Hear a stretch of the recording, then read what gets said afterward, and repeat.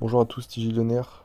Je vous fais une courte vidéo aujourd'hui parce que j'ai reçu la carte Trade Republic il y a maintenant un peu plus d'une semaine. Je l'ai pas reçue en fait, j'ai enfin terminé la file d'attente, donc j'ai commandé la carte. Vous avez trois choix pour commander la carte. Moi j'ai pris celle qui est en plastique à 10 euros en achat unique. J'aurais pu prendre la miroir, mais au final, avec toutes les cartes disponibles, enfin avec toutes les cartes crypto, etc., j'ai préféré prendre simplement la moins chère dans le cas où j'ai besoin de retirer au distributeur. Bon, je me dis que ça peut servir. Mais globalement, donc vous commandez votre carte, vous avez directement tous les détails. On voit que vous pouvez la verrouiller, vous avez les paramètres de sécurité, donc les frais qui sont notés ici, ce que vous autorisez avec votre carte. Bon, et vous pouvez aussi la résilier. Et le fonctionnement, donc vous avez votre compte espèce qui est donc différent de votre compte où vos titres sont détenus, donc votre compte titre. Vous avez donc le cashback qui est ici, et vous avez le roundup.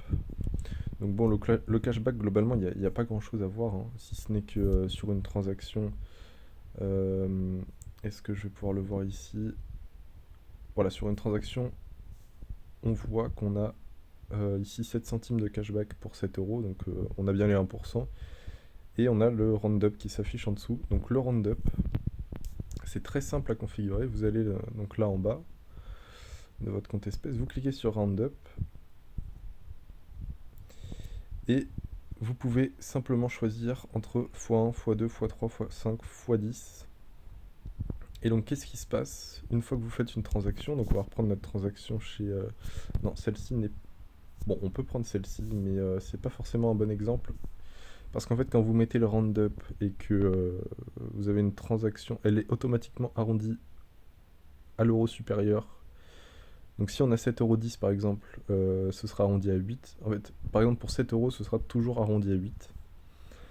Donc si on a 7,10 €, ce sera 90 centimes d'arrondi, en x1 bien sûr. Si on est à 7 euros, ce sera 1 euro. Donc là en l'occurrence, vu que j'ai mis en x10, je suis à 10 euros d'investissement en plus, donc de round-up. Globalement, ce serait 1 euro. Bon, est-ce qu'on peut prendre autre chose ici? Est-ce qu'on n'aurait pas un petit Burger King, voilà. Donc là, on voit que j'ai payé 11,60. Donc on a les 1% de cashback. Et qui sont d'ailleurs arrondis au centime supérieur, je ne savais pas ça. Et on a le round-up. Donc là, on a 40 centimes de round-up pour arriver à 12 euros. Et on voit que c'est 4 euros parce que personnellement, je l'ai mis en x10. Et ensuite, comment ça se passe pour le round-up? Il est investi, alors, en savoir plus sur le round-up, il est investi chaque semaine. Je sais pas pourquoi c'est en allemand. Est-ce qu'on a les dates? Voilà, donc on voit sur le point 4 que c'est le 2, le 9, le 16 et le 23 que c'est investi.